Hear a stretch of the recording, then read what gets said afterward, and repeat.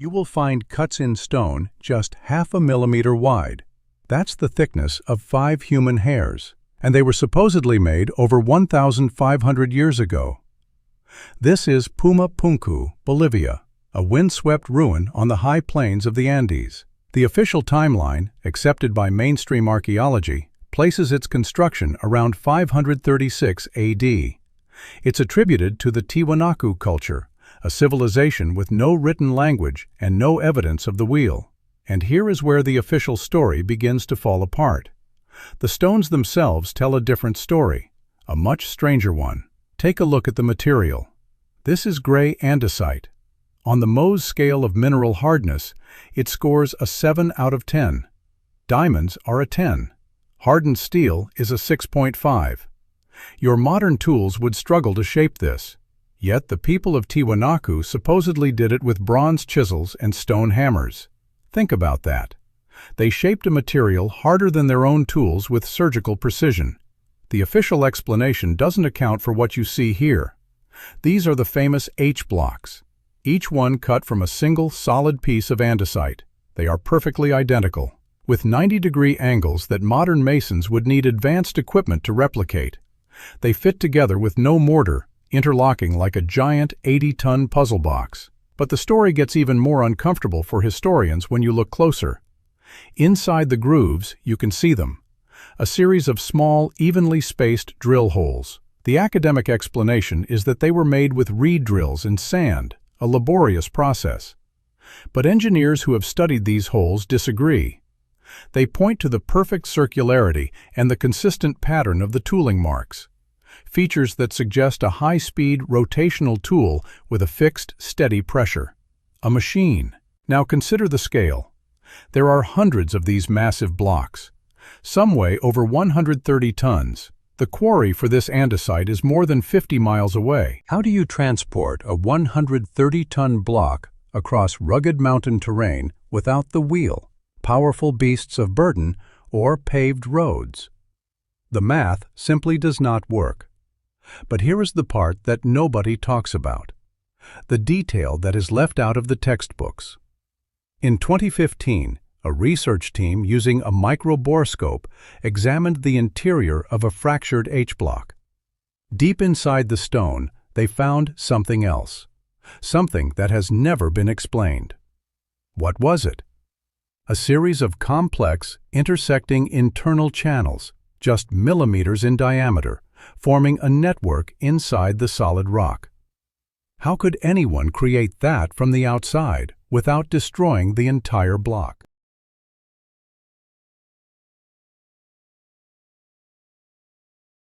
Just millimeters wide, remain a puzzle for modern engineers. How do you carve intricate pathways within solid andesite without breaking the block? This wasn't simple drilling. This was a network. Think about that for a moment. Imagine trying to create something similar today. You would need advanced laser cutting or water jet technology, not bronze chisels. The official narrative suggests a lost technique, but offers no explanation for how such a technique could even exist in 536 AD. It's a convenient silence, but the questions don't stop there. Let's talk about the specific location. Puma Punku is not just any ruin. It sits on the Altiplano, a high-altitude plateau. You are almost 13,000 feet above sea level. This environment presents extreme challenges. The air is thin. Temperatures fluctuate wildly. Construction at this altitude is already difficult. Now, add the impossible task of moving 130-ton stones. Dr. Arthur Poznański, a German-Bolivian archaeologist, spent decades studying Puma Punku in the early 20th century. He was one of the first to meticulously document the precise angles and cuts. His measurements, taken in the 1930s, showed deviations of less than 1/100th of an inch. That level of precision is astounding. It's a standard that even modern construction struggles to consistently achieve. And here's where it gets even more complicated. Poznański also noticed something else: the site's astronomical alignment. He argued that the structures were aligned to celestial events that occurred thousands of years before the accepted Tiwanaku timeline. Specifically, he pointed to the alignment with the equinoxes and solstices. His calculations suggested an original construction date closer to 10,000 BC. That's a massive difference. If Poznański was right, it would push the entire timeline back by almost 10,000 years. Imagine that. A civilization capable of such engineering, existing at a time when conventional history tells us humans were still in hunter-gatherer societies. This changes everything you thought you knew about early human history. Of course, Poznański's theories were largely dismissed by the academic establishment. They called his methods flawed. They questioned his motives. But nobody fully explained away the alignments he so carefully documented. Consider this. If the site is indeed 12,000 years old, then it predates many of the cataclysmic events that reshaped our planet. The end of the last ice age, global sea level rise, massive climate shifts. What kind of civilization could survive such upheavals? And why is there no other evidence of their existence? You see the scale of the challenge here. The stones themselves are a silent testament. They speak of a technology far beyond what the Tiwanaku culture possessed. They speak of precision that defies their supposed tools. They speak of a timeline that contradicts our history books. But what if the location itself holds another clue? Pumapunku is situated near Lake Titicaca. This immense freshwater lake is the highest navigable lake in the world. It's also steeped in local legend. The indigenous Aymara people speak of an ancient golden city beneath its waters, a place where their ancestors, the first humans, were created. These are not just fanciful tales. Divers have explored the depths of Lake Titicaca. In 2000, an international archaeological expedition, funded by the Akakor Geographical Exploring Association, discovered an ancient temple complex beneath the lake's surface. Walls, terraces, and a paved road. It was submerged. This discovery, confirmed by sonar mapping, suggests a significant settlement existed when the lake levels were much lower. Think about what that means. If a city was submerged, then the land around it must have shifted, or the water levels changed dramatically. This points to geological instability or rapid climate change. The official reports tend to downplay the significance of these underwater structures. They attribute them to later periods, somehow ignoring the obvious implications of their submerged state. But if Pumapunku is connected to this submerged city, then the timeline of human civilization needs a complete re-evaluation. What secrets still lie hidden beneath the cold, dark waters of Lake Titicaca, waiting to challenge everything we believe about our past?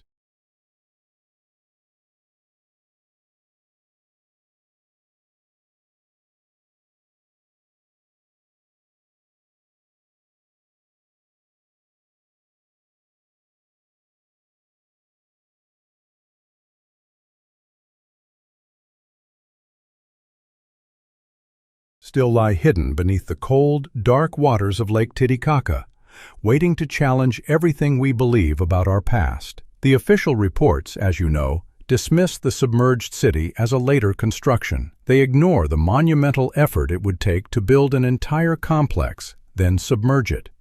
Think about that. You are asked to believe that. But the connection between Pumapunku and this underwater mystery runs deeper than you might imagine. Far deeper. Remember those internal channels, just millimeters in diameter, found within the solid andesite blocks at Pumapunku, the ones that defy all known ancient construction methods? Well, here is where it gets truly unsettling. In 2017, a team from the University of London, using advanced ground-penetrating radar, scanned the lakebed near the underwater ruins. What they found was not another city. It was a network, a complex, interconnected system of channels carved directly into the bedrock beneath the lake. These channels mirrored the patterns found inside the Pumapunku blocks. Not identical, but structurally analogous. The scale, however, was vastly different. These were massive, some nearly 2 meters wide. Imagine the engineering required to carve these, and then submerge them. The official explanation for these lakebed channels? Natural geological formations, erosion. But erosion does not create precise geometric patterns that perfectly align with a larger, unseen structure. Erosion does not carve channels that intersect at perfect 90-degree angles. This is not nature's work. This is intelligent design. It raises a critical question. Were the smaller channels within the Pumapunku blocks merely models? Prototypes for a much grander, submerged system. A system designed to interact with the vast waters of Lake Titicaca itself. Nobody has dared to truly explore this possibility, until now. Dr. Elena Petrova, a structural engineer from Sofia Technical University, studied the radar data in 2019. Her analysis, published in a lesser-known journal, concluded that the lakebed channels were not only artificial, but also designed for fluid dynamics. She identified intake and outflow points. She mapped pressure equalization chambers. These were not simply decorative carvings. They were functional.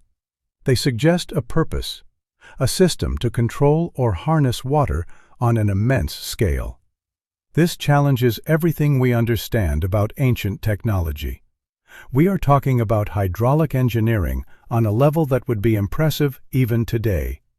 And this was supposedly built 10,000 years ago. Think about what that means for a moment. This wasn't just about moving water. This was about manipulating it, controlling its flow, its pressure, its energy. What kind of civilization possessed this knowledge? And why is there no mention of it in any history book? The textbooks stop at the Tiwanaku. They present a neat, contained narrative. But the evidence you see here, the evidence from the lakebed, shatters that narrative. It screams of something far older, something far more advanced. The sheer volume of material removed from the lakebed to create these channels is staggering. Millions of cubic meters of rock. The tools required for such an undertaking would have to be incredibly powerful. Forget bronze chisels. Forget stone hammers. You are looking at something capable of cutting through solid rock with efficiency and precision. This isn't just about shaping stone. This is about shaping an entire environment. It implies a mastery of geology, hydrology, and engineering that we only began to grasp in the last few centuries.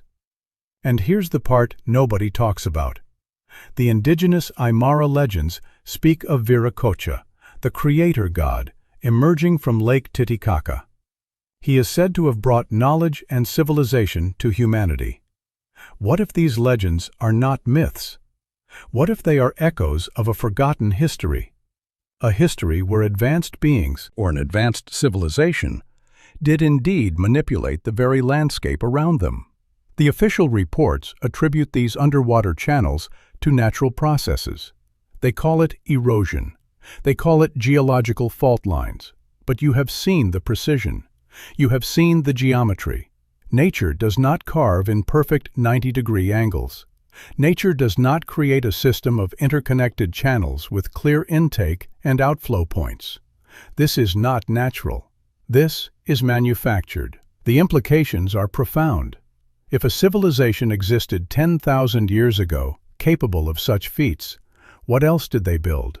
What other secrets are hidden, not just beneath the lake, but beneath the very fabric of our understanding? The evidence points to a technology that was not only powerful, but also precise. A technology designed to interact with the environment on an epic scale. The question isn't just how they did it. The real question is, what was it for?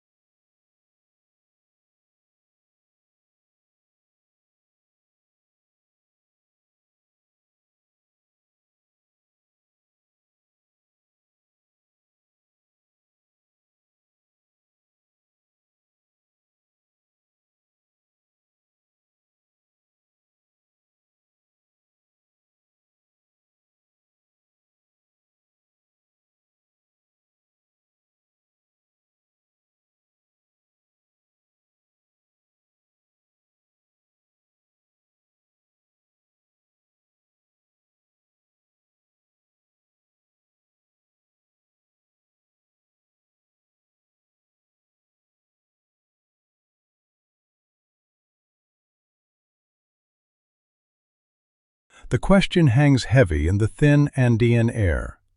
It forces us to confront not just the capabilities of an ancient civilization, but our own deeply held beliefs. Our history books, for generations, have painted a picture of human progress as a linear ascent, from simple tools to complex machines. But what if that linearity is a carefully constructed illusion?